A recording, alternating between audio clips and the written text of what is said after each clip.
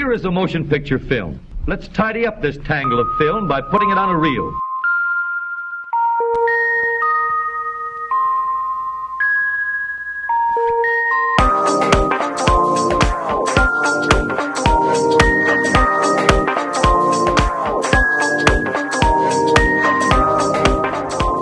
Hello, listeners, and welcome to Film Swap.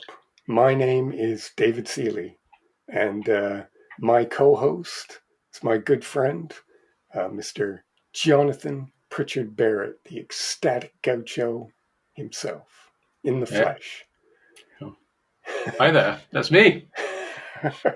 Although you're technically not in the flesh, are you? Because you're actually quite geographically fairly far away from me, aren't you? Yes, I'm in the flesh here, but I am not in the flesh with you. Whoa, man, it's just blowing my mind. All this, whoa. Anyway, cool. Well, anyway, I'm glad you're here or there or wherever you are. And I'm glad you're here too, listeners, because tonight we're having a bit of a special episode. When we were discussing our plans for the next show, we decided we thought we should do a little bit of a tribute to the great William Friedkin, who passed away on the 7th of August, just a few weeks ago. And William Friedkin, he's quite a seminal figure in the world of cinema, not least of which is because he did kind of a slam bang double basket, didn't double he? dunk. Of all-time film classics. Two of the biggest films of the 70s, discounting Jaws and Star Wars, of course, but phenomenal, huge success stories and really great films, namely being The French Connection and The Exorcist. Yeah.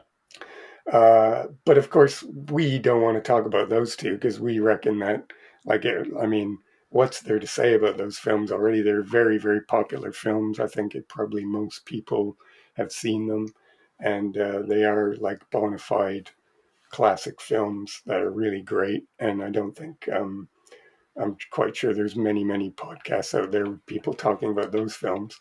So what we thought we'd do is actually talk about a couple of his films that are perhaps not quite so well known to the general mass audience. And we thought we'd have a look at them tonight.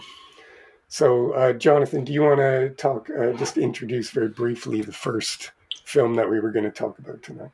Yes. My film actually is Blue Chips, and it's from 1994, and it's a sports drama starring Nick Nolte and the great Shaquille O'Neal, basketball player. And what you might be thinking, why has it got a basketball player in it? Because it's all about basketball, funnily enough. It is indeed. And he's we were just talking before we came on the show about the fact that neither of us, we're proper sort of nerds, aren't we, Jonathan? Bona fide we completely sort of admit to our complete and utter nerddom. And that includes the fact that neither one of us have the least bit of interest in spectator sports whatsoever. That's true. I actually really, I'll be completely honest and blunt that I really don't give a monkeys about any of that stuff at all. It doesn't interest me in the slightest.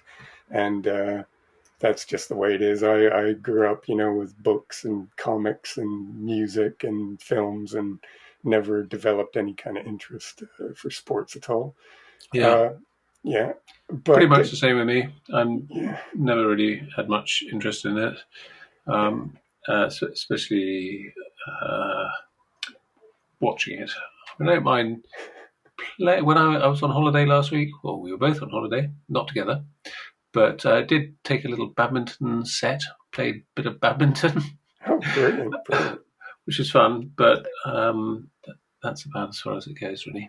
It's certainly fun with the kids or with mates or whatever to go and have Yeah, a little kickabout or yeah, have a little bit of fun like that and stuff. But when it gets into sort of watching other people do it, sort of people kicking a ball around and then people take it really seriously, don't they? And they get really sort of lots of people and do. they spend a lot of time talking about this player and that player and what happened last night in the game and stuff like that. So but if that's your bag and you like that kind of stuff, go for it. We're totally, sort of cool with what you like is what you like, and Yeah, that's the way it is. But this film is quite an interesting film because it's a little bit about the sort of the back behind the scenes goings on of of college basketball, isn't it? College sports.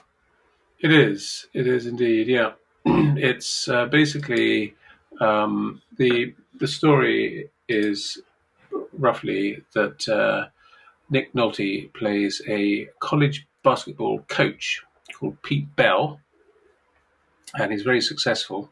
But then the start of the story, his success has suddenly sort of come to an end.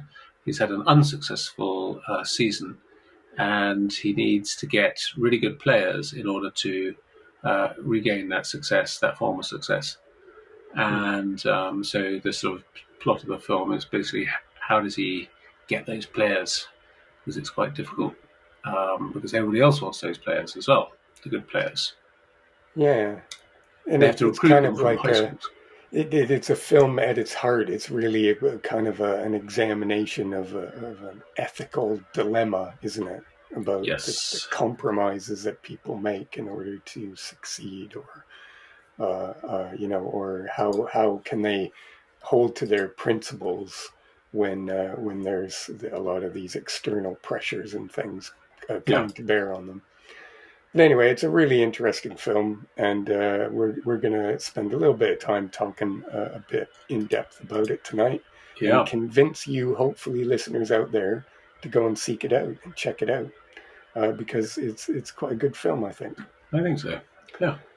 My film tonight that I put forward was a film of Friedkin's, the one that he made after The Exorcist, when he was absolutely at the top of his game. He was a major success story, and of course, all the film studios were like sort of saying, "Hey, Bill, what are you going to do next? What do we what can we do with you here?" And he chose to do a remake of a Clouseau film called "The Wages of Fear," and he took Roy Scheider and some other really great character actors from around the world, and they went down to what country did they shoot this in again? I can't remember. I think they shot it Colombia. in a few countries, Yeah, a few primarily countries. in the Dominican Republic, it says, and All they right. had to double dip on it. It was both Universal and Paramount Pictures paid put money into the production, and it had all kinds of production problems and went over budget and was late and all that sort of thing. So uh, the film, in the end, it came out in 1977, right at the same time as Star Wars, and obviously the two of them in a fight for box office receipts. It Yes. turns out, oddly enough, that relatively unknown commodity, Star Wars, won the day, and Sorcerer sort of sank and was critically lambasted and all that kind of thing, and kind of sunk without a trace. Yeah. But actual fact, it is a really, really exciting, nail biting action adventure film, and it's got a lot of depth and really quite amazing visuals and things. And it's a really, really great film that's worth seeking out. So we're going to have a little discussion about that one tonight too, and try and convince you to maybe go and check that one out as well. Yeah. Yeah, great. Well, now that we've set the stage, I think what we're going to do is we're going to go and take a little break, towel off, come back. For the listener, this is literally going to be just a few seconds. We do it every time. We're just basically going to plug in a little advert for our social media platforms, which we know you're going to be interested in going to check out. You'll love it. You'll love it. You so will good. absolutely love it. So anyway, so listen very carefully for the details, because you're going to want to check those out. And then we'll be back to talk about our first film, Blue Chip. So, hey, don't go away. Stay right there. We will be back. See you in a minute. Just a second.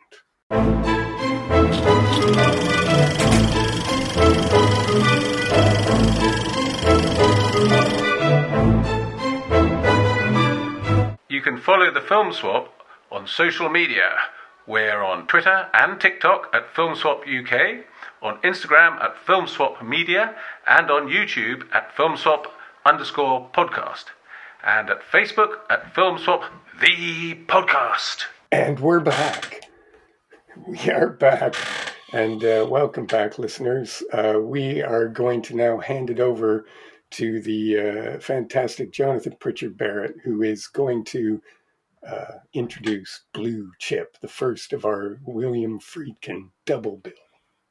Yes, so Blue Chip, incidentally, Blue Chips are athletes, particularly high school players, targeted for drafting or signing by teams at the college level. And so they're players who are scouted by professional franchises.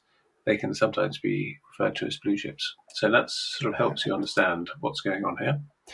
And I should say that college, or what we'd call university sport in America is, or perhaps in North America, maybe Canada as well, is a much bigger deal than it is in the UK and perhaps the rest of the world. And there's sort of quite a lot of money involved. You have huge, great stadiums for American football or NFL. And they're all shown on TV and everything, aren't they? And they have so there's a big sort of, market for the college athletes. Yeah. And I've spoken to Americans who say, I only watch college football because the NFL is, I don't know, it doesn't have the purity for somehow. But they said that some of these stadiums for college football are bigger than the NFL ones, pretty much, or at least the sort of similar size. Anyway, so this is basketball, so it's not quite on the same scale, but still it's very competitive.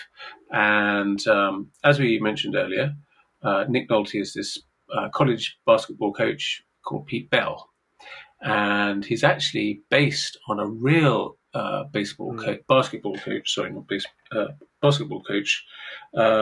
called Bob Knight. And the thing about both Bob Knight and Nick Nolte's character, is that Bob Knight was a very volatile character. You can read his Wikipedia page. He's always basically strangling people, punching them, real life, things like this, getting into all sorts of trouble. He takes it extremely seriously, and sounds like it, yeah, definitely.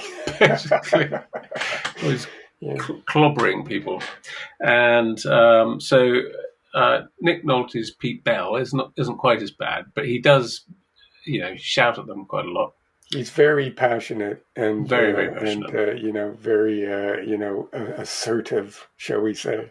Assertive. He doesn't strangle them, but he does yell at them quite a lot. And it starts from the very beginning. There's this sort of because it starts off with losing the season, or losing the final game of the season at least.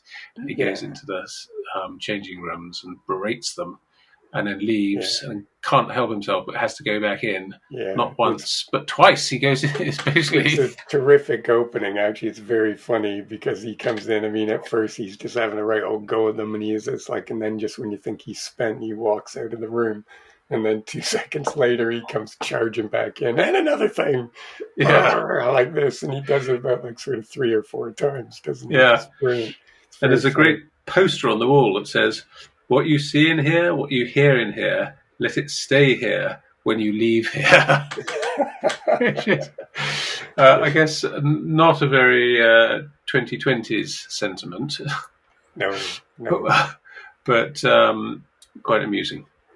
Well, yes, it is interesting. Like, because I thought that, like, as in most normal workplaces, certainly nowadays, that kind of behavior could lead to, at the very least, some sort of disciplinary action, Definitely. or lawsuits or things like that. But obviously, these are, I mean, these are students, aren't they? They're students at the They're college who students, are. yeah, This is supposed to be an extracurricular activity that they do, but actually, in the course of in the sort of college.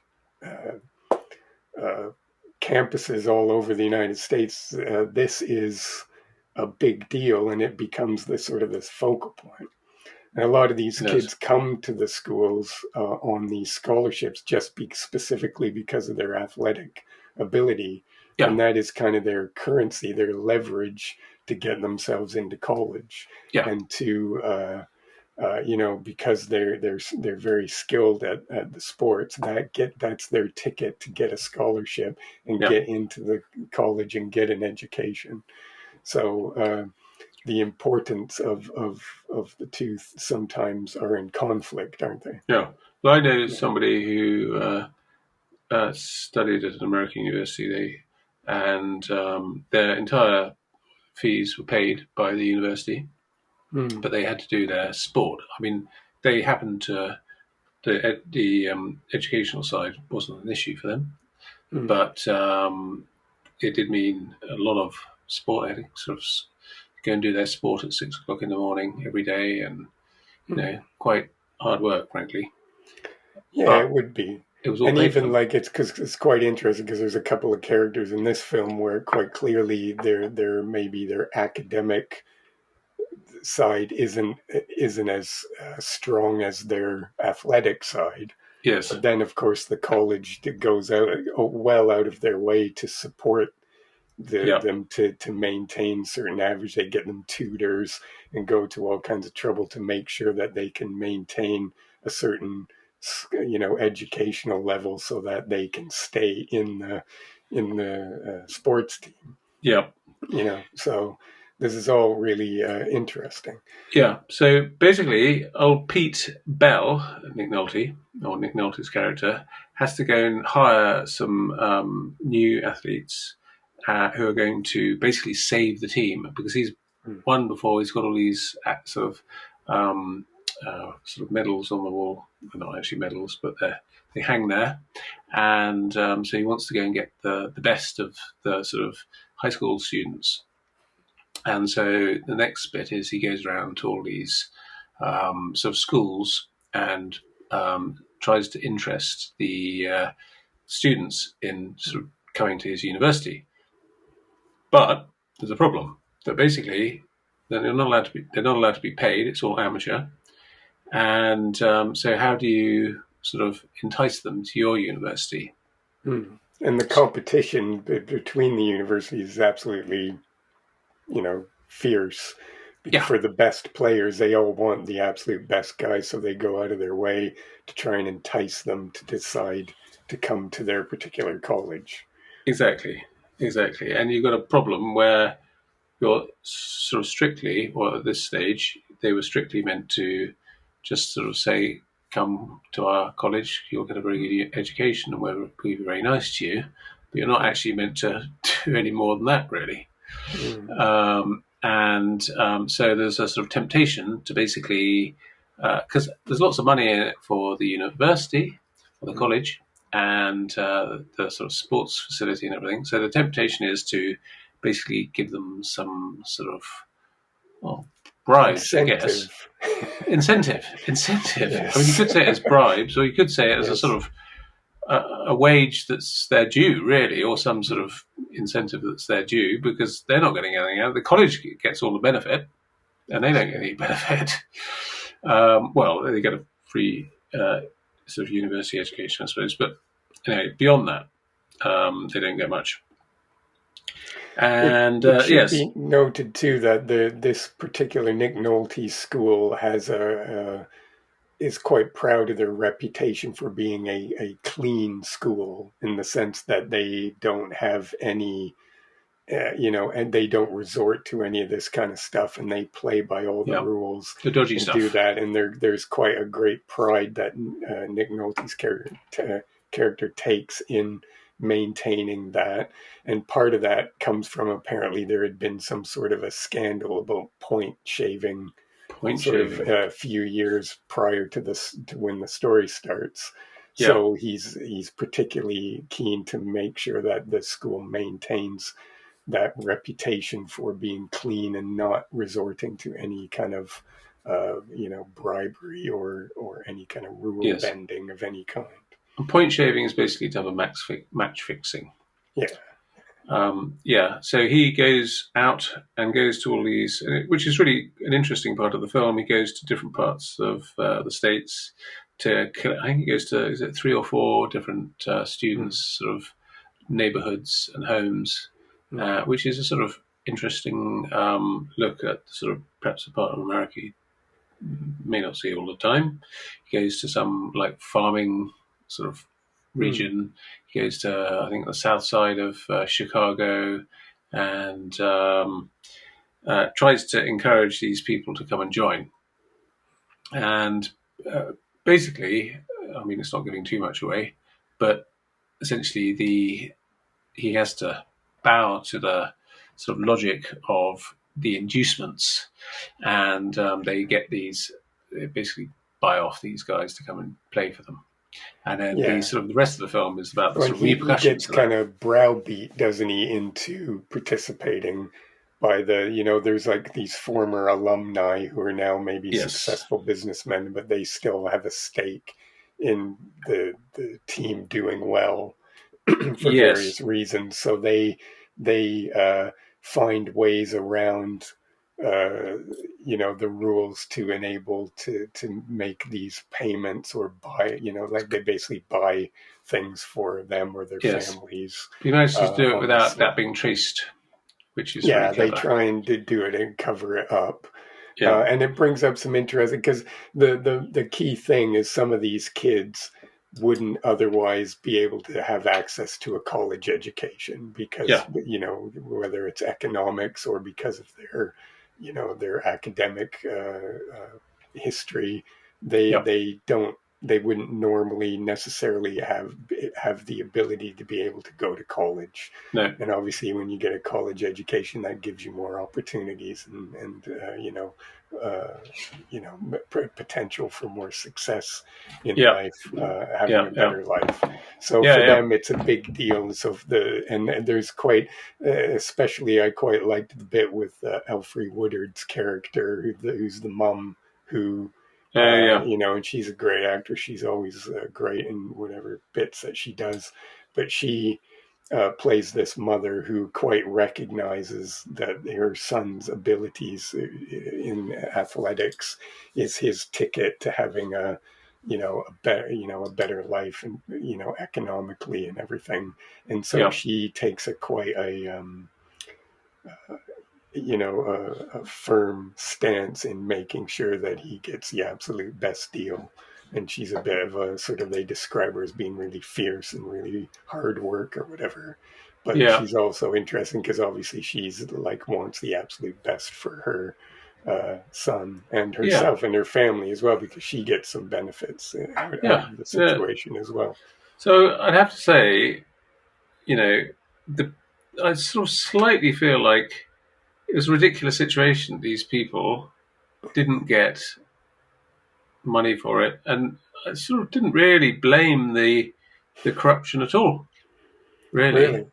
Yeah, because I thought, well, it should have got some money out of it. Well, that's certainly the argument. Lots of money into the college, and in fact, one of the things that one of the great characters in it is J.T. Walsh. Yeah, he was a great actor. I think he passed away, didn't he? Quite young. Yeah, in his 50s. He was a really good actor. Unfortunately, he was a smoker, which basically got for him in his 50s. And but he's the sort of baddie. He's this guy who's sort of doing all the corruption, really. Yeah. But he does say at one stage to Pete Bell, "We owe these kids." It's like, yeah, you do owe these kids.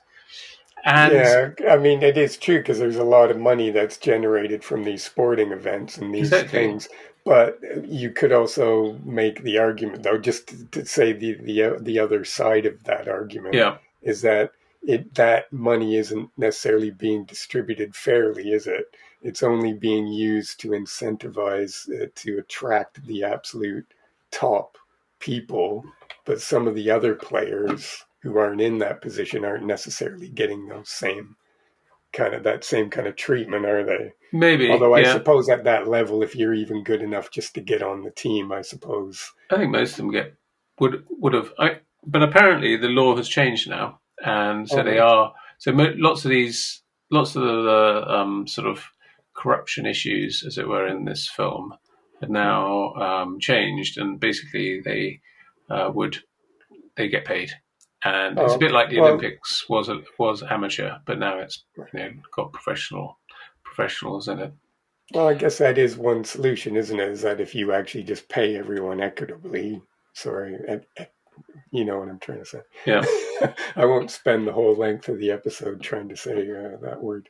But the thing is that if you pay everyone, then you don't need to fall into that trap where you're trying to no, sneakily pay people and trying to attract the big talents. no. I mean, ultimately, Mm. it comes down to money, and it is a bit sort of sad that it's come down to that. Like with these enormous wage packets of footballers, soccer players, Yeah, that you hear about. These sort of, but well, that's just I don't know.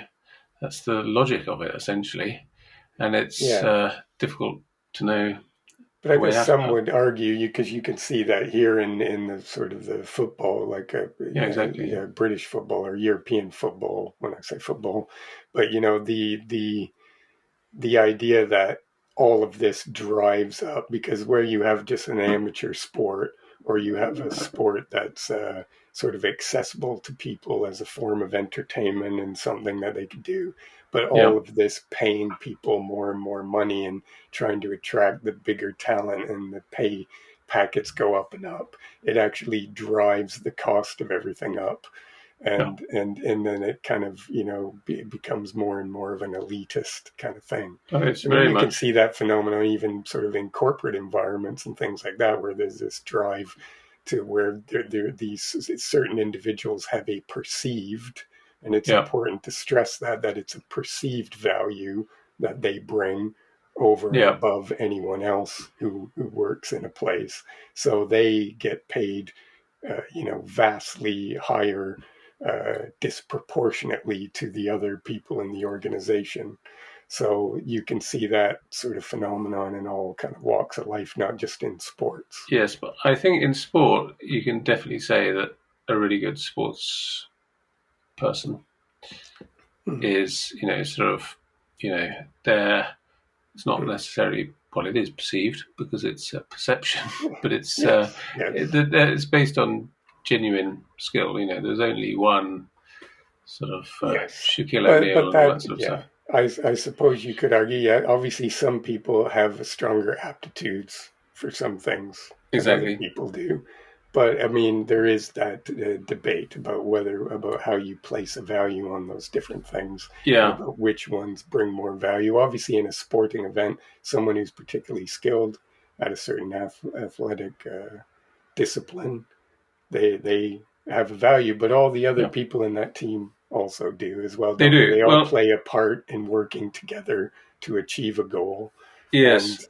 then it just comes down to semantics about who adds more value there than somebody else. Well, one of the messages about this seems to be that in this sport, it's about the players, not the team or the coach, because obviously in a sport, it all comes down to team play. Mm. But here, it's about the players who you can buy, Mm. essentially, Yeah. and not even Nick Nolte. I mean, he's important, but he's not as important as the players and these sort of star players that they're trying to hook.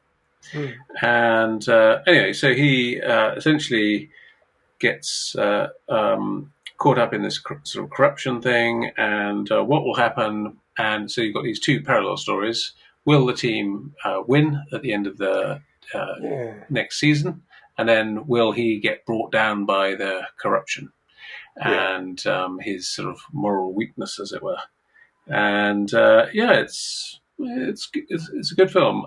I guess for me, not being a basketball fan particularly, that I did have that sort of slight issue.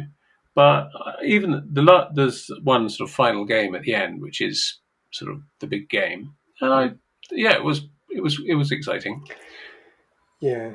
Well, it's interesting that you bring that up because that is the one thing for me about the film. Because while it was, the Nick Nolte character, he was an interesting chap. Nick Nolte's a great actor. He could probably, act the back of a cereal packet and make it really good. Yeah, He's just one of those guys. I really like him as an actor.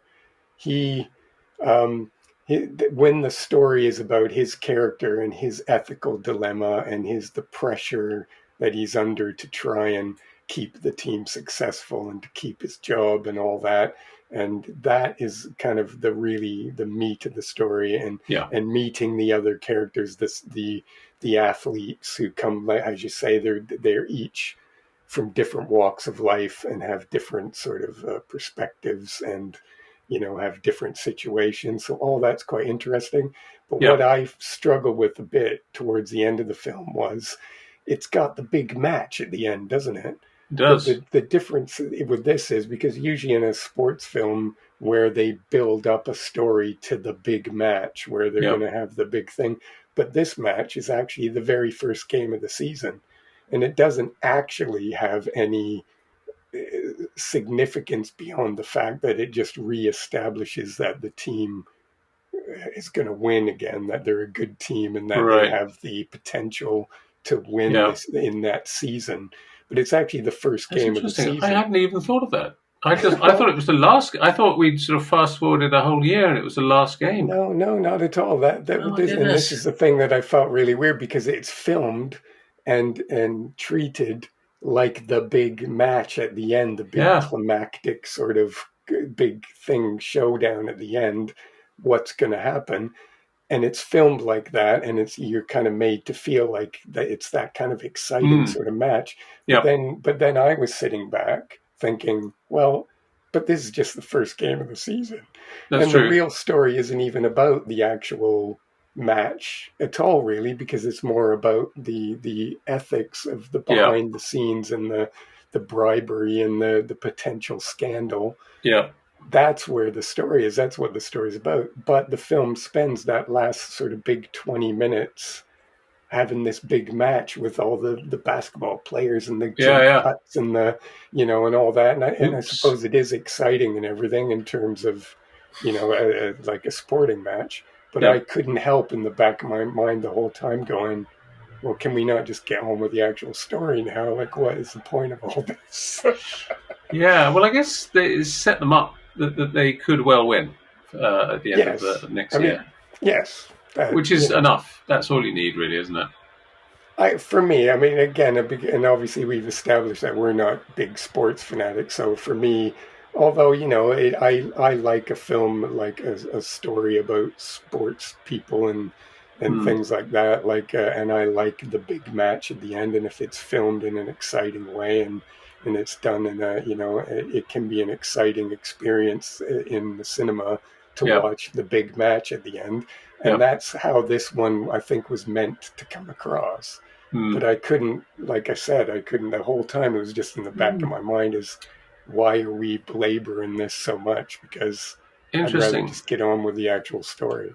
Yeah, well, because I haven't. I guess if you're going to do a sports film, you do need a big sort of sporting, uh, whatever, Yeah, I guess. display, Yeah, yeah. game, match, Yeah, whatever it and is. like I said, don't get me wrong, because it's a nice little bit of filmmaking there, like the Yeah, exciting, the people jumping up and putting the balls through the hoop, and hey, pass it over there, and Nick Nolte at the side yelling and pointing his finger and going, get over there, do this, he was and doing all lots of that, that. and it's sort of like but at the same time you could watch that on TV like every week they got these sporting It's true. events, and you can look at the coaches yelling at the referee You know. One thing I heard, I got a quote actually from William Friedkin himself. Mm. So, because the film didn't do particularly well at the box office. No, there was a bit of a backlash against it for some reason. Yeah, although it's had a bit of a reappraisal. There's a very interesting Yeah. article on Esquire.com, on Esquire magazine, where they basically reappraise it as a good film. And it includes this quote from William Friedkin from 2013, where he basically said it was impossible to make a good basketball film. And the reason is, the thing about basketball is that it's so spontaneous. When I see these coaches drawing up plays and telling guys to go here or there, watch how the players are pretty much not even listening. You can't control the game. So that's the thing. He was trying to sort of bottle magic, Mm. and you can't do it. Yeah. And that I guess that was part of the. I mean, that's a sort of, it's not all of the film, but it's Well, definitely yeah. a big part of it. That sounds like perhaps to me that comes across as a little bit of kind of retroactive, sort of rationalizing Yeah. why the film didn't go over as well as he'd hoped. That's the way I would interpret that. Yes. Because to me, like I said, the story isn't about the matches No. itself. It's about the characters and the issues and the conflicts that they're experiencing, and that's what the story's really about. So, Yes. Exactly. And well, the film basically finishes off. This article on Esquire, he basically says, which I sort of would agree with, you, and it agrees with you, that it's basically about the sort of the moral dilemma, and he says it's basically a sort of cynical film that power corrupts essentially, or money corrupts, and so which made me think it's basically a 70s film, but it was made in the 90s when things were less cynical. So the sort of the 60s and the or 70s. maybe they're so cynical now that people aren't sort of impacted the same way by these concepts and things. Maybe, yeah, yeah. Well, that's Because it. I think there's a kind of almost like an understanding about, it's all a racket and it's all. Because I mean, I've had conversations like that, like just with people at work or talking about the football and things like that, and Yeah. I've people kind of make those kind of statements, or when they're talking about politics and things like that, everyone kind of has that nod. It's like that Leonard Cohen song, isn't it? Like everybody knows the game's fixed. Everybody Yes. knows it's a The racket, dice are loaded. but that's just the way it goes, exactly. And it's Yeah. uh so maybe that's the thing, is like Blue Chips, maybe you're right, it was too late to make any kind of impact, because I think anyone would look at the story and kind of go, yeah, yeah. Maybe. Yeah. That's another angle on it. Yeah. Yeah. But somehow it didn't do particularly well. Another interesting thing about it is the sort of religion, because of course he's best known, or well, not quite best known equally for the French Connection, but also The Exorcist, which is all about exorcism. And one of the sort of little details in this is that where when Pete Bell, the coach, goes to sort of get these guys to his team, religion always seems to play a part in it. So when he goes to the first team member, who's it turns out is Roman Catholic, and he says, "Oh yeah, I was brought up a Roman Catholic." And it's just like a small detail. You think, okay, well, that sort of makes sense here. And then he goes to the next person, and they who are Baptists, and so I was brought up Baptist. And the dad goes, "Were you First Baptist or Southern Baptist?" Yes. Oh yeah, and he had to think about it, and Yes, I was Southern. Was it but Southern? Yeah, I no, think. first, Oh, I was think. it? Yeah, he Oh, got okay, the I can't right type remember. of Baptist.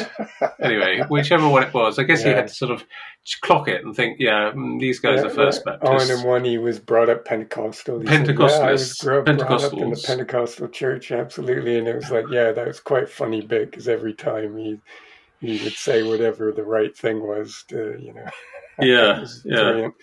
I mean, the film does have like it has a good sense of humor to it. It's got some good, funny bits, and so it's it's not all sort of dour drama and stuff. It's No, no. actually and again, I would It's got a great cast. A lot of we've already Oh yeah, mentioned, great a few music. people. Yeah, yeah, Nile Rodgers yeah, is basically part of the sort of key figure in the sort of soundtrack. yeah. And did you see who wrote the screenplay? No, no, but The screenplay was written by a chap called Ron Ron Shelton, Shelton. Yeah. and Ron Shelton is responsible for Build Durham, which was made just a few years earlier, All and right. White Men Can't Jump, both sort of sporting movies, and the Right, second right. one Quite, about quite good ones, quite basketball. successful ones as well. Yeah. So that's brilliant.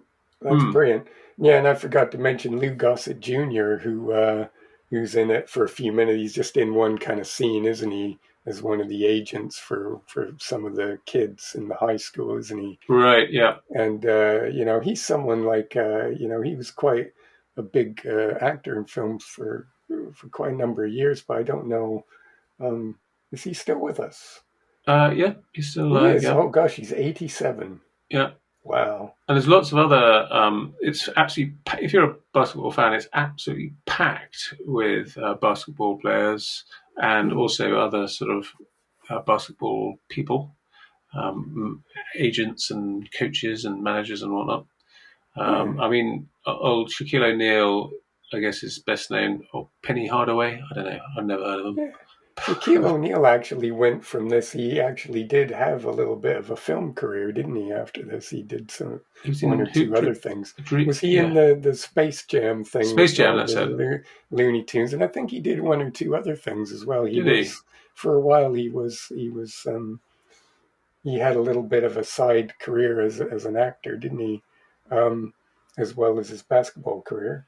Uh, Yeah, it was funny because I'd heard the name, not knowing much about basketball. I didn't really know who he was. And when these actors sort of turn up, I think, is that Shaquille O'Neal? Is that Shaquille O'Neal? But then when he oh, turns right. up, instantly they didn't have to say. Yeah, It's like, exactly. oh So yeah, yeah, that's it. that's him. He's sort of Well, I guess I could think because I don't really follow basketball or whatever, and that's how I know him as a familiar face in sort of the '90s, as a like he was on in some films and TV shows and stuff, and so yeah. and in adverts he did a lot of sort of TV adverts and stuff. So I kind of just know him that more as a celebrity Okay, rather than as an athlete. you okay, know. But obviously, he is most famous for his athletics. yeah, So there you go. But because I'm a nerd and I only know the side of him, the sort of the the personality on the television and stuff yeah, like that. So. Uh, but anyway, he's terrific. I mean, I love his character in this because he's kind of the wise one who, you know, um, his politics. He's trying to make his points about inequality and things like that. And he's mm, quite a cool character. And he's kind of the honest, not to a bit of a spoiler alert here, but he's kind of like more the honest one of the other players that they're trying to bribe and entice to come on. And he's not into that. He's kind of he disdains all that, and he's there for other reasons because he wants to get an education, and yes, and he has a sort of a different agenda, and so he's quite a cool character, an yeah. interesting He's a character. good character. Yeah. Another thing that occurred to me whilst watching it is I've watched a few documentaries about Lance Armstrong, Okay. and there's a recent one and he basically just sort of says, if I wasn't doing it, I wouldn't win doping essentially, Mm. and so because everybody else is at it, and that seemed to be the message here in a way that these people were saying, if we don't sort of bribe these students, somebody else is going to get them by bribing them. So Yeah. Yeah. there's a sort of race to the bottom. Yeah, seemed to Yeah, be that. yeah, exactly. I mean, that hear that attitude in all sorts of walks of life again, and when people say, "Oh, well, if we don't do it, someone else will do it," Yes, and it's but better we do it than they do it, sort of thing. yeah, It's like, yeah, but it has to be said that it seems that they've changed the rules in basketball to allow sort of them to go professional, essentially college basketball, but they haven't changed the rules in cycling to allow people to dope. So right. Well, Well, yeah, I mean, yeah, I don't know what to say about that except, yeah, I don't know. Hopefully they don't go that route because Let's hope that not. would quite, it would just become something else entirely, wouldn't it? It But would. It would. who knows what the future holds? Who And knows? Yeah, but it's definitely worth a watch, isn't it? definitely, yeah. I mean, I think because it was actually funny because when we first talked about it, when we were deciding which Friedkin films to do, I, for some reason, didn't remember that I'd seen this before.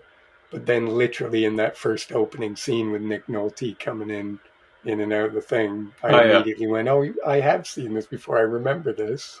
And then right. I remembered it. So I had seen it Okay, before when it came out, I guess, when it was right, new. right. And I just kind of, I guess, because it'd been so many years, I just sort of had forgotten it. Yeah, So I don't know, what that tells you about it, but I really enjoyed it. I thought it was a good film, and like I yeah, said, it has a good sense of humor and it's entertaining. So and it just works as an interesting drama. yeah. And Nick Nolte's terrific in it, and I He's a mean great actor. all the cast is terrific in it, really. Yeah, And I definitely would recommend that people go and check it out because it's worth an evening's entertainment, definitely. most certainly. And you can watch it. Where can you Uh, watch it? You can watch it on YouTube. I think that's where I watched it. And Well, while um, you're working that out, I mean, I'll say I just rented it on Apple TV, and I do know that there is a Blu-ray from Imprint in Australia, which okay, so if people were interested in owning a physical copy of it, um, that is available for purchase in all the usual ways. you can watch it on YouTube, Google Play Movies, Apple TV, and Amazon Prime Video. But I found that YouTube and, well, it turns out Google Play Movies are cheaper than the other two options Oh, by a right, pound. okay. Save yourself a pound. Oh, well, definitely, yeah. If you can save yourself a bit of money, because then you can save that money up to try and bribe someone to do something you want. um, uh, yeah. So anyway, on that silly little joke, I think we're gonna. Let's move on to the next film. Shall we move on to the Pause. next film, just in the interest of time? Yep. And I'm sure we've got lots to talk about. So, folks, please just sit right where you are because we're going to go away for just a second, and then we're going to come Yes. back and we're going to talk about the second in our William Friedkin double bill. This Yes. time we'll be talking about Sorcerer. Oh, what a film. So good. Brilliant. So we'll be back in just a second to talk about it. Yep. Stay tuned. Stay tuned.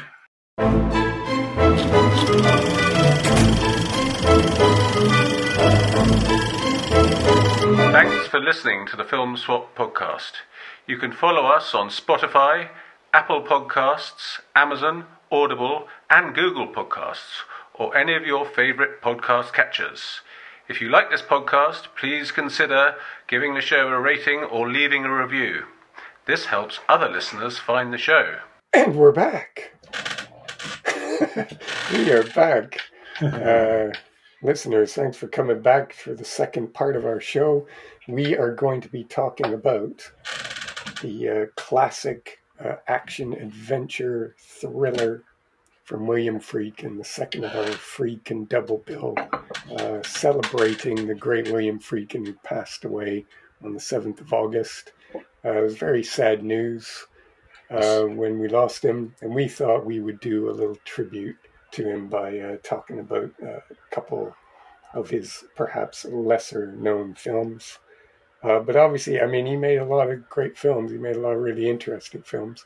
Even, he's one of them, even when he's maybe had a little bit of a misfire, they were at least interesting and worth checking out. Yeah, well, one of the films we wanted to do, well, I wanted to choose To Live and Die in LA, one of his Yeah, 80s it's a hits, really great film. with Really Willem great. Dafoe, but you can't stream it.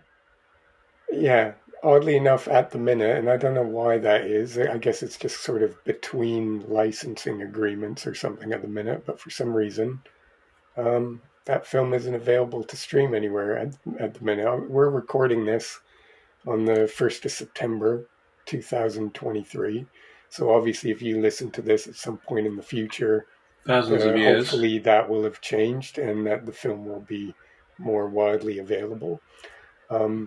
I've got a Blu-ray of it, luckily, and I know that recently Kino Lorber in the United States released a 4K UHD disc. So, Okay.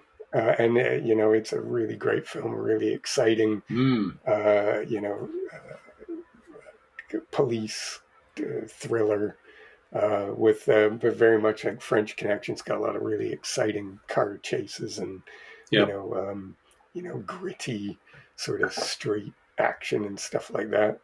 And how's your beverage today, by the way? It's a fine cup. Cheers. Not a bad beverage. Cheers, Jonathan. Wait a second. Cheers.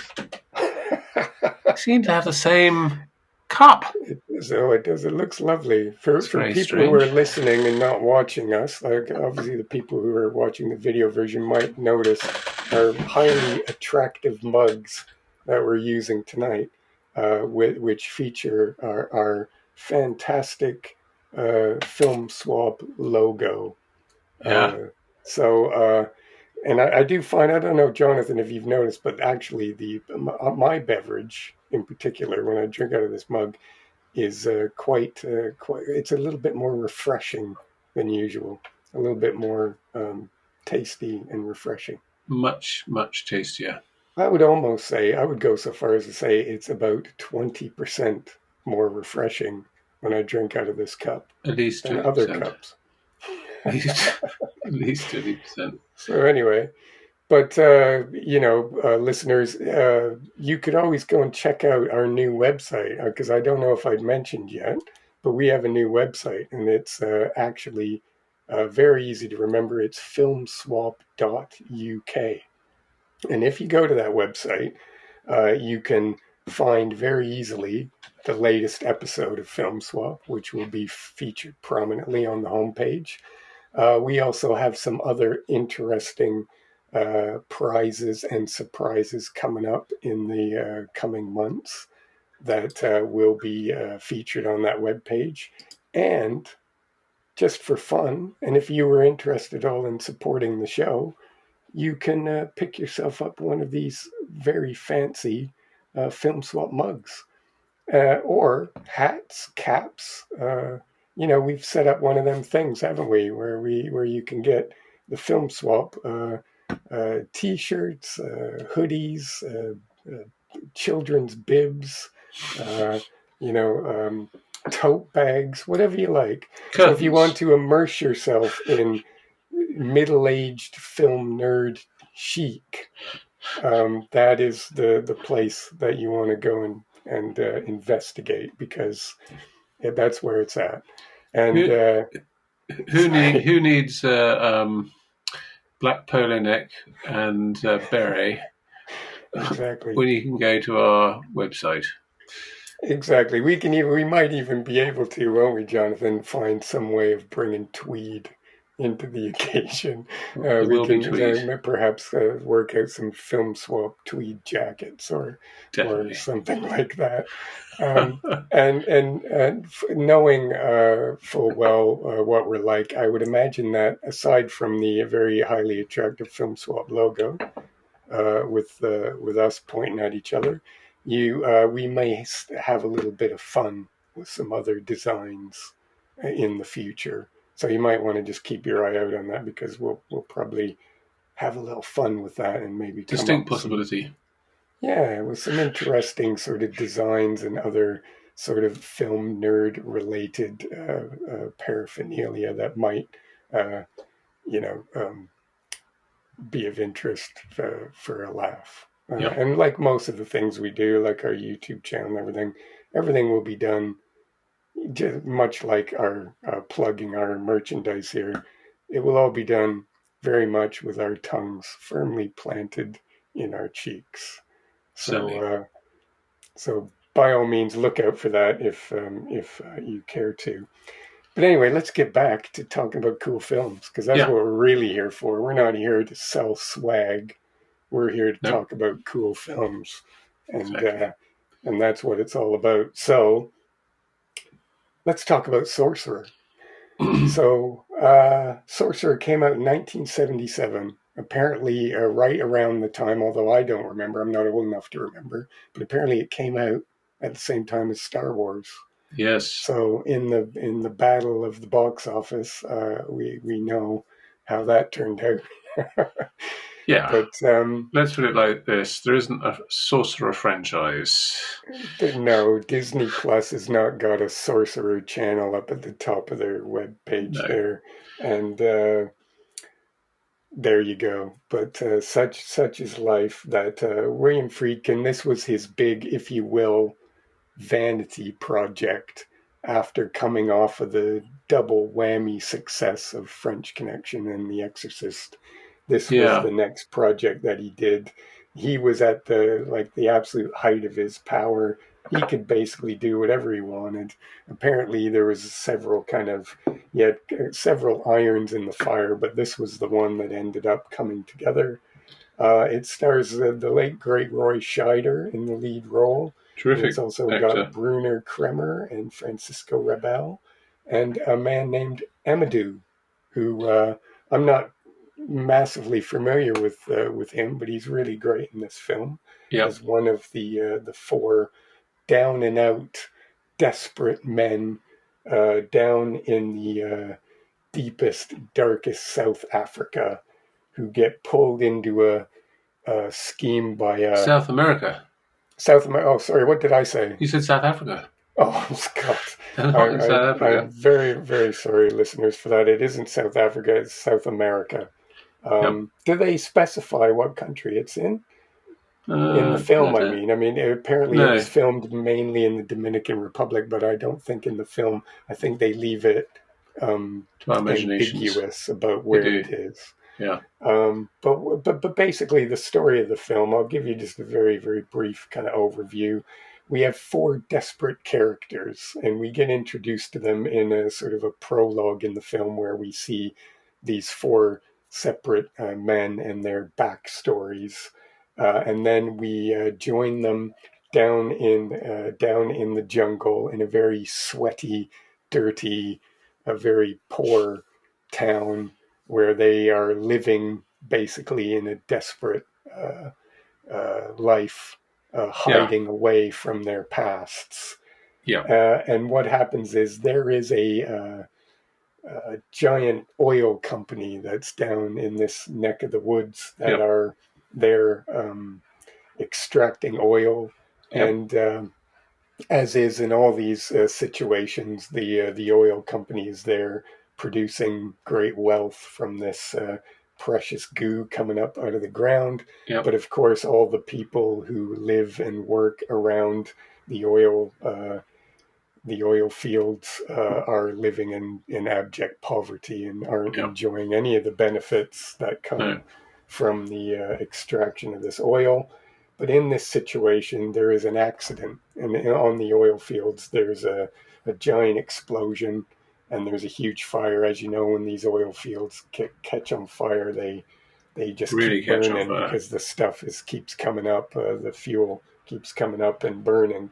So they need to cap the well, but because the place has been quite neglected by the parent company, which again isn't really specified, they have a bit of a dilemma, is because they have a warehouse full of dynamite that they would use to blow to cap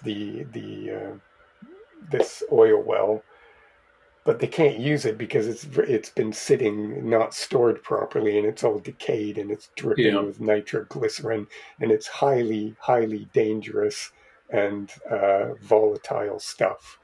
So what they need to do is find a way to transport it from A to B so that they can use it to put out the fire. Yeah, basically you blow out the fire by setting off an explosion, which sort of blows it out, and then you can cap the oil. Then the oil will start gushing out rather than the flames gushing out, and then you can sort of put a lid on it. And then they can cap it off and stop it. Stop the oil from flying out or whatever it is. So basically, what they do is these four desperate men that we were introduced to at the beginning of the film, are living down there, and they're trying desperately to find a way to raise some money to get out of there because they want to. They're obviously unhappy in those kind of conditions. Yep. So the oil company offers these men a very attractive amount of money to drive trucks filled with this highly volatile dynamite across the jungle for 200 miles to get to where it needs to be. Now, Yep. this is like a high risk job because this stuff literally is so volatile that just the slightest bump or shake will make it explode. Exactly. Yes, so these men agree to do this, and what follows then is their desperate, fraught, nail biting journey through the jungle with these trucks over very treacherous terrain in Yep. order to get the trucks to the oil fields so that they can blow up this stuff. And basically, that's in a nutshell is what the film's all about. Hmm. It is the story of this journey of these four men in these two trucks. The name of the film, Sorcerer, I think is meant to be the name of one of the trucks. It is. It's painted on the side. Yeah, They and the each, other both truck the is two called trucks. Lazarus. Yeah, they Yeah, both have a name painted on the side. And they're yeah, pretty mad-looking trucks as well. They look sort of they are. very Mad Max style Well, before this is the Mad thing. They Max. have to scavenge them from, like, there's basically like a vehicle graveyard. And the guys from the company just tell Roy Scheider and these other guys, just go in here and find a couple trucks that are half decent and fix them up, and that's what you can use. So there's a little sequence in the film where they actually are going through all these trucks and just trying to find the spare parts and the bits so that they can actually get to operable vehicles that they can use to Yeah. make this journey. So it's quite a exciting story. It is ostensibly a remake of a 1953 film by Clouseau called The Wages of Fear, which is actually one of the biggest classic sort of French films of all time. It tells essentially the same story. It's based on a book by Georges Arnaud, which was written in the 50s, a French thriller. And it was first adapted in The Wages of Fear, and then Friedkin decided to do a remake in the 70s. Yeah, well, I think Friedkin said that it wasn't an adaptation or a remake. He said it was another adaptation of the same book. Of the book, yeah, he felt that it wasn't. He quite often said it wasn't a remake Yeah, of I went back Wages to of the source Fear. material sort Yeah, of he thing. went back to the source material and he wanted to make his own take on the film. And to be fair, the film, although the basic story is the same, stylistically and everything, the films are quite different. Yeah. Whereas The Wages of Fear is very exciting and intense and quick and it kind of deals with some of the same issues, but in a much different way. And I Mm. think Sorcerer is kind of a different film. It has a It is. different vibe to it and a Yeah. different kind of sort of atmosphere to it. And one of the things I would say, I mean, I guess one of the big things is the Sorcerer's colour, whereas Wages of Fear is black and white. But one of the big things is that Sorcerer, it's a 2-hour film, and the first hour isn't actually in the jungle at all. Mm. It's these four stories of the main characters, because there's 2 lorries, and there's 2 people in each lorry Mm. or truck. And so the first half of the film is basically about how these 4 characters end up in the jungle, or basically they're at the end of the line, aren't they? They're in a sort of Mm. one sort of donkey town. I mean, it's really Yeah. run down, It's pretty amazingly. dire. It's pretty dire, like just like total abject poverty, and everybody's Yeah, wearing sort of dirty clothes that they've obviously had on for like 6 months, it and rains all the everything's time. yeah, it's just It's raining, and muddy, everybody's sweaty, and there's lots of insects mosquitoes. and bugs, Yeah, and it's all just really just horrible and grimy and Yeah. slimy, and it does very much. It looks like a really, really sort of the end of the line, like you say, the absolute sort of worst place that you would want to end up. Yeah. Just really unpleasant. And the oil company, of course, very callously, there's these horrible accidents, and then they just drive up in a truck with all these charred bodies or people with their limbs blown off, and they just kind of throw them on the ground in front of the grieving families and just go, there you go, see you later, Yeah. and just drive off. So it is just really a horrible, horrible, unpleasant environment that you Yes. think, blimey, I definitely wouldn't want to end up living there. No. And so the four characters, there's one from Mexico, one from sort of Israel, Palestine, one from France, and one from United States. And they all sort of come there by, they've all fled their home countries basically, They and they are for their lives essentially, because yeah they've gotten themselves into some sticky situations, and they basically had to get out of Dodge real quick, yeah and they've exactly all ended up in this town yeah at the end of the in the line. middle. Yeah, right at the end Yeah, of the line now. absolutely. And And so then it is very much like these desperate men who kind of are backed into a corner, and they think, yeah, it's high risk, but I'm going to do this because this is my ticket out of here. I can, maybe find somewhere else that's yeah slightly nicer to go.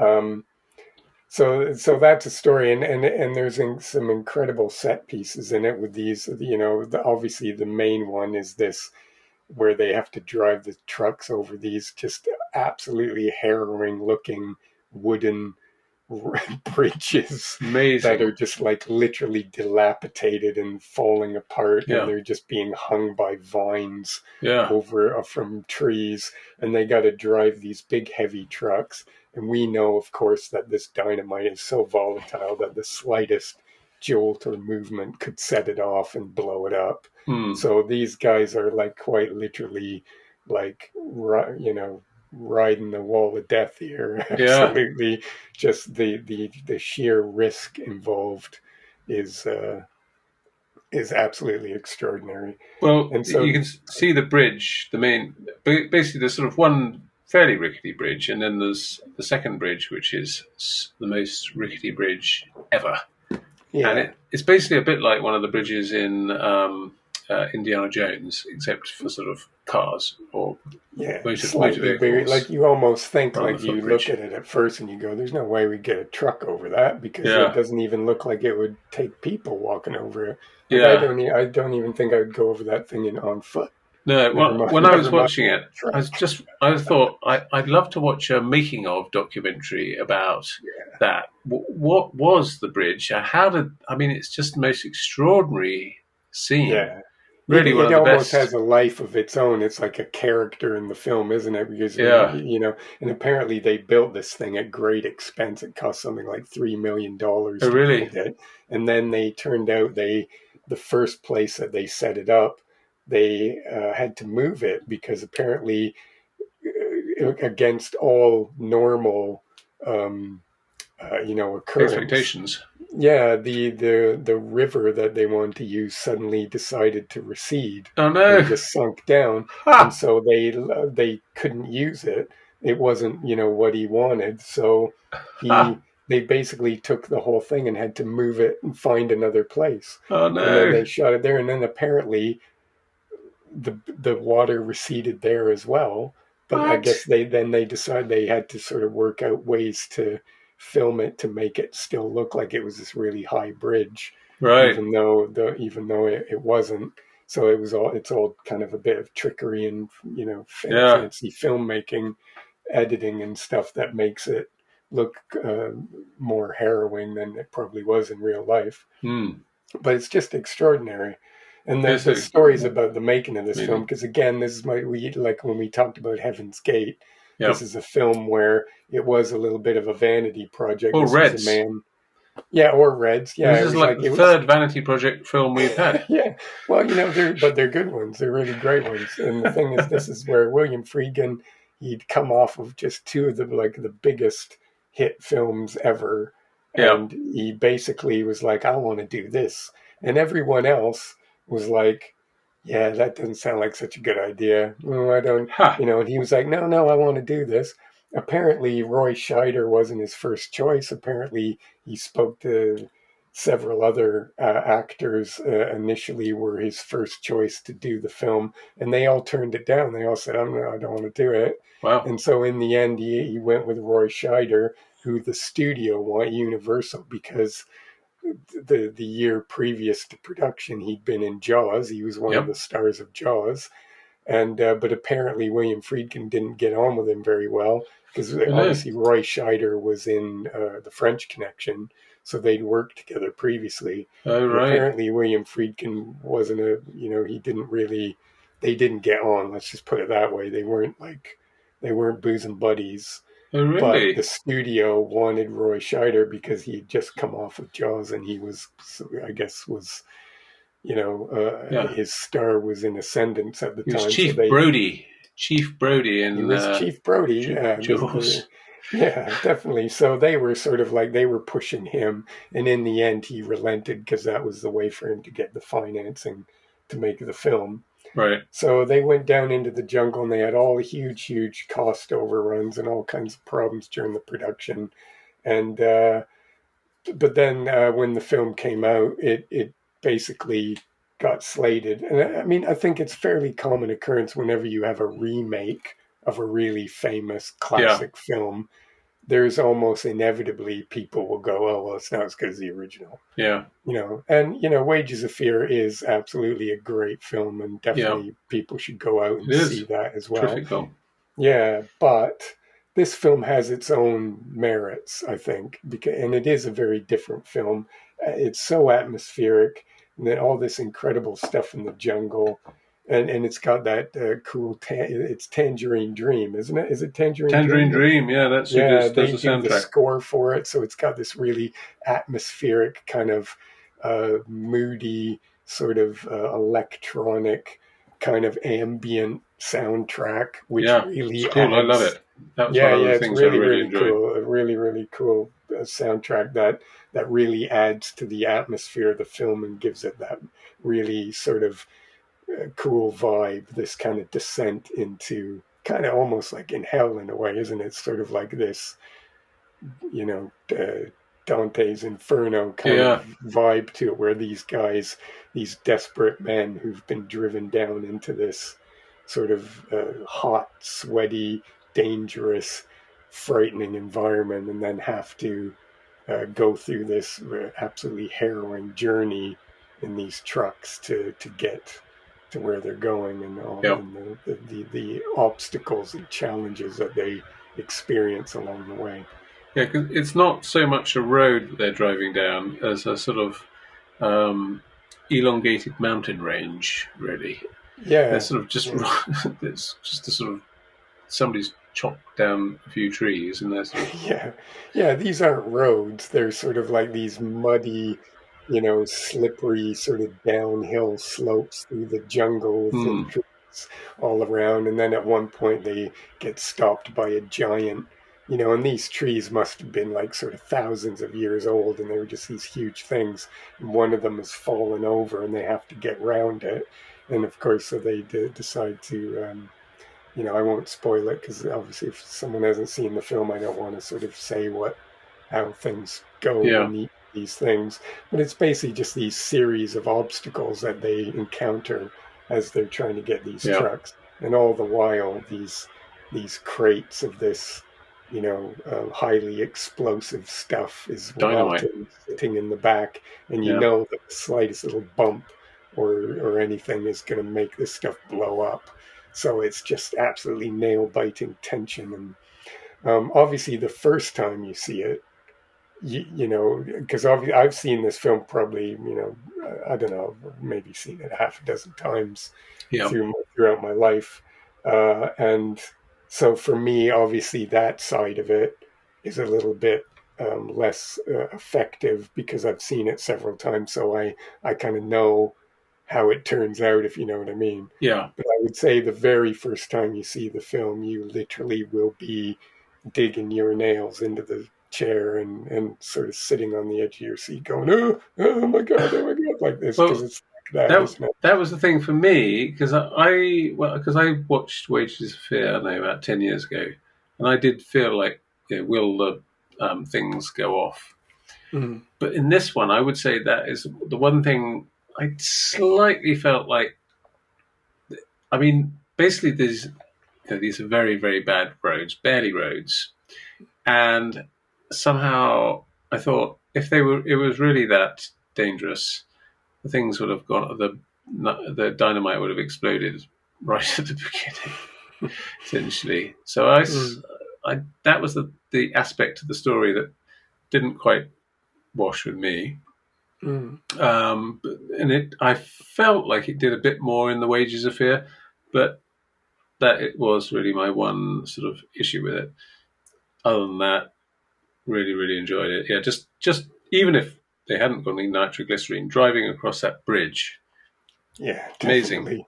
And then when encountering the fallen tree was another great scene. I won't explain how they do it, but essentially they have to use ingenuity, Mm, and ingenuity is a sort of quality in a film you don't get very often, and it's a mm. really enjoyable sort of thing. Yeah, it's a very Quality. clever, and it is because it's interesting with that character because it calls on he has a, again without going into First parts of details his and story. spoiling it, but in the first part of the film we establish his background and that he has a certain skill set, shall we say, that in this case he can pull into play to help them get around this massive obstacle. Yeah, So that again makes it interesting about how all these guys who had come from completely different backgrounds, completely different scenarios about how they ended up there, and they're people who probably normally wouldn't have anything to do with each other absolutely not. whatsoever, but Yeah, they've been brought together, and it's how they have to work together to get through this ordeal and get through to the other side, yes. and call upon their various sort of skills in order to do that. So there's Mm. that element to it as well that makes it quite interesting. I saw that apparently the part of the plot was also used in a MacGyver episode in the All 80s. right. Uh, because that's another sort of TV show that it used a lot of ingenuity. Because when I was watching, I was thinking, "Oh, this is a bit like MacGyver," and Yeah, I remember MacGyver. I remember that, like, because that was good. That was the whole thing about that show is that he used his brains and his wits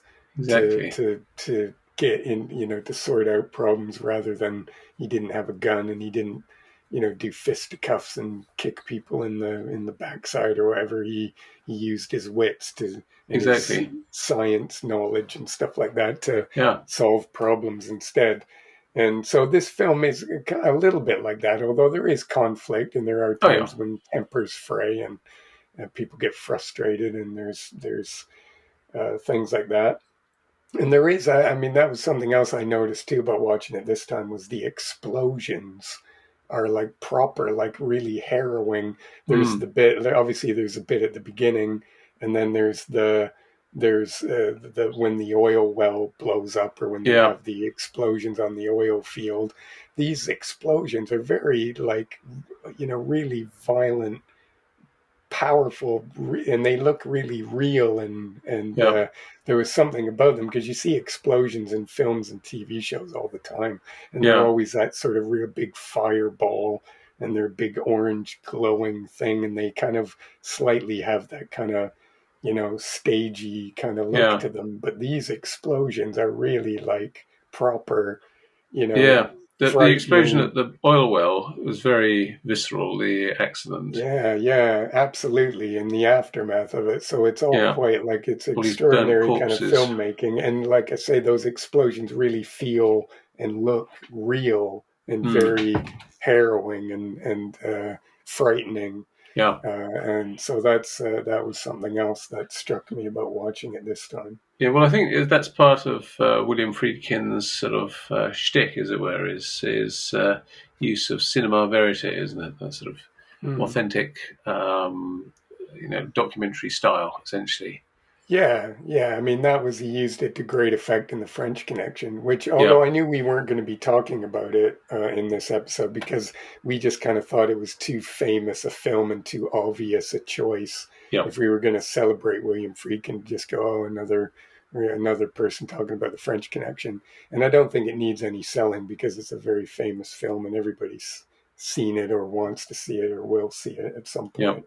But it does have. I did watch it just last week, and it's the first time I'd seen it in a few years, and it is like a really great film and really, yeah, really exciting. And he does, and that's part of it. It just has that handheld documentary kind yeah, of feel to it, even though it's kind of in at its heart, it's a police procedural, but yeah, it has that kind of gritty, level kind of, sort of vibe to it that really makes it work as a really exciting, yeah, visceral piece of film. And that's what's so great about it and what makes it so appealing, I think. yeah. Well, this one has sort of the handheld shaky camera thing as Yeah. well, doesn't it?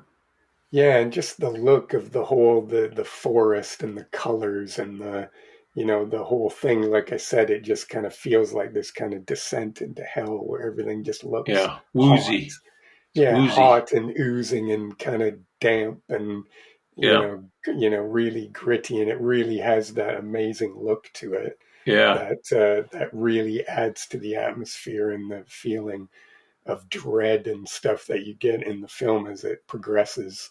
And that bit at the again towards the end, there's that moment where there's that landscape with all the yeah. weird kind of Bis- formations it's and filmed in New Mexico, a place called the yeah. Bisti de Nazin Wilderness. Yeah, and that's an amazing sequence where kind of Roy Yeah, Scheider's sort of hallucinating a bit and sort of sort of wandering dreamy. amongst these formations, and the color scheme is really sort of odd and it looks otherworldly. It's like this little sequence where he's walking through an alien landscape almost, and it's got really cool sort of I keep using the word vibe, but I think that's kind of because it's a 70s, kind of mid 70s kind of, it's got that Yeah, it vibe. definitely has a vibe, that one. so, so anyway, it's really visually a really striking film, and like we said, even the bridges and the buildings all have like a character. They almost look like, and the trucks Hmm. have this like there's those shots of the truck where it almost looks like it has teeth Yeah. and this sort of jagged kind of look to it. It sort of reminded me a bit of that, the John Carpenter film where the car comes to life. It's based on a Stephen King novel. Yeah. Christine, it's called Yes. Christine, Yeah. where the car is like possessed or whatever. Yeah. That's quite a good film as well. It's quite a fun film, but there's the where it almost looks like the car has these devil eyes and teeth and stuff, Yeah. and the trucks are a bit like that in this, aren't they? They really have a lot of They character do. and Yeah. have a look to them, almost like they're these kind of demons almost, and Yeah. it's so Maybe yeah. also thinking of the sort of cars in uh, Cuba, which are where they're still running sort of 1950s cars, and Mm, so these are sort of really ancient sort of 40s, 50s lorries, trucks, yeah, which they're still like somehow keeping going sort of 20, kind of 30 years. discarded army trucks or something, and they've kind of like pieced them together from bits. They've kind of scavenged from all kinds Yeah. of different ones and just sort of glued it together with sort of sticky tape, and Yeah. that's so that's really yeah, it's a really cool film, and I think it's one of those. Interestingly enough, I think the first time I saw it many years ago, like I probably saw it on pay TV or something back in the day, and the opening bit, because apparently they when they distributed it later on because it hadn't been successful, they kind of cut down that opening bit that introduces the Oh, characters. right. Okay. So I very much remember the first time I saw it. It was on a television, like I say, it was like on pay TV or something. Yeah. But I think it just kind of started with the Roy Scheider, his character bit that establishes his character, but they Really? kind of cut out all the stuff Really? at the beginning with the other Wow. guys, and then it just sort of it shows his bit and then goes right into them being in the jungle, and they Okay. don't really give you all the background stuff of the other characters.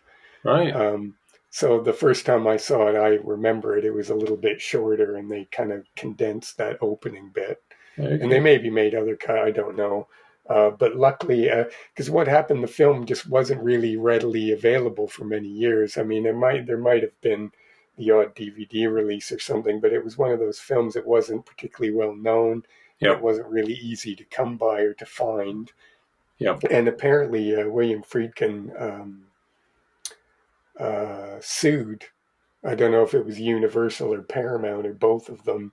Oh, He yeah. actually sued them to get them to release it on home video, to Really? reissue it, because he was like, well, they just basically won't put the film out. And Ridiculous. and Absolutely ridiculous. so he basically, and then of course they just settled it, and they did a really nice restoration. So the current Blu-ray, the one I've got from Warner Home Video, is really beautiful, Really? beautiful transfer, and the film looks absolutely amazing, the best Yeah. I'd ever seen it. Um, and that's the one I watched it on a couple nights ago. This film became a bit of a rarity. I mean, I think you probably, if you really dug and looked for it, you could get your hands on it, Yeah. but it wasn't something that was, sort of readily available, like say The Exorcist or something would be. No. So it's only in the last sort of maybe, I think it was what, about 2012, 2013 when they did the restoration Okay. and reissued it on Blu-ray. And so now I think it's been reappraised a little bit, and it's developed a bit more of a, following that people say, actually, this film's really cool. Well, it's a great film, and it was just Mm, really bad luck that it's not better mm, known because it came out the same year as um, Star mm. Wars, which Yeah, is absolutely. which is one of the biggest films of all time, and it's a Yeah, sort of very absolutely. also much more accessible, really, than I mean, well, Yeah. not much more accessible, just I don't know, just yeah, just Star Wars. You don't have to, what do I have to say? Well, It's yeah, just I mean, Star Wars is a more positive and accessible and exciting sort of, bright thing, yeah, and this thing is dark and, I sweaty. hesitate to use the word dreary because the film is very exciting, Definitely not and dreary, I wouldn't yeah, say. it's not slow or boring or anything like that, No. but it does have a completely different, more pessimistic sort of Yeah. feeling and atmosphere to it, Yeah, it's and like it's a bit of a darker story and yeah, and more, it's like you Blue know. Chip. It's a bit more cynical. Yeah, exactly, and I think that is maybe part of the reason why the films weren't as well received. And like I Mm. say, I think there's always that backlash whenever you do a remake of something. Yeah. And even I'm like that because I sort of like I get really annoyed nowadays. Like there's remakes and rehashes and Mm. reboots of all kinds of stuff all the time, and it's, you know, usually they tend to be inferior and Yeah. sort of miss the point, and they more seem more like marketing uh, things than they are actual filmmaking. But Yeah. this film is a bit different. I think he had a definite sort of vision about how he wanted to tell Yeah. the story, and it isn't the same film as Wages of Fear. I think No. they have the same basic story, but they have a completely different sort of feel Yeah. and style to them, I think. So I think they sit comfortably together, in my opinion. I think they're both great films, both worth checking out. Um, Definitely. And one of the interesting things is about it. This was my last sort of point is that. So the film's called The Sorcerer, which is named after one of the trucks, stroke lorries. mm, And Friedkin said, Sorcerer is, of course, an evil wizard. And in this case, the evil wizard is fate. And he said, I wasn't prepared for my success or failure. I felt buffeted by fate without any control over my destiny. And he goes on to sort of reflect that fate is waiting around the corner to kick you in the ass. And I guess, so his successful failure, so he just had two immense successes, and then this one was a failure, and comparatively. Commercially. Commercial failure. Commercial failure, not necessarily artistic failure. One. But you can sort of see that it sort of makes sense, because this film, a lot of it's sort of about fate as well. And perhaps that's another theme we could have looked at from the beginning: fate in the films of William Friedkin. I don't know. Yeah. So. Well, I mean, I think that's a great point to leave it on, because I'm looking at the time and I'm thinking we're going quite long, because there's a lot to talk about in these films. They got a lot of interesting things, and I'm sure with Sorcerer there's probably lots more stuff that we can touch on. There's an enormous Wikipedia page if you're interested in it. Yeah, definitely check out more, and by all means. I mean, I think I watched it on Blu-ray. I've got the Blu-ray from Warner Home Video, but how did you watch it, Jonathan? I streamed it. I think I streamed it on YouTube. Yeah, I did stream it on YouTube. Well, I did have a look, and it is pretty readily available on all the usual streaming services and things as a rental or a purchase. And I definitely, highest recommendation. This is a really, really cool film, really exciting and interesting, and thoughtful, and definitely worth checking out. Yeah. Probably, I would go so far as to say it's one of Friedkin's one of the best films that he made. And this is someone who made a lot of really interesting films and a lot of good films. Yeah, he was a really great talent, and I was sad when I heard the news that he'd left us. But he did have a long life, though. He did indeed. And I mean, we didn't really go, because we talked about the specific films. We didn't really go into his background or his history or any of his story or whatever, because I think that's something that people, if you're really interested in finding that out, go and look up on Wikipedia or do a little bit of research. The Blu-ray for Sorcerer comes with a little book that's actually got excerpts from his autobiography. Obviously, specifically the bits where he talks about Sorcerer, but he did write a really good autobiography that if people are interested. And Jonathan, you've mentioned before, we've both read it, but what's it called? Raging Bulls, or Easy Riders and Raging Bulls. That's a really good book that talks a little bit about because William Friedkin is often lumped in with the new Hollywood lot, but obviously he wasn't a film school guy. He kind of came up in sort of television and documentaries and things like that. But then he's got into feature films in sort of the late 60s, early 70s, around the same time that the Scorsese and George Lucas and Francis Ford Coppola were coming up as well. So he tends to kind of get lumped into that same category as these kind of this new wave of directors who came up in the sort of in that time period. But he had a little bit of a different background and stuff from some of those others.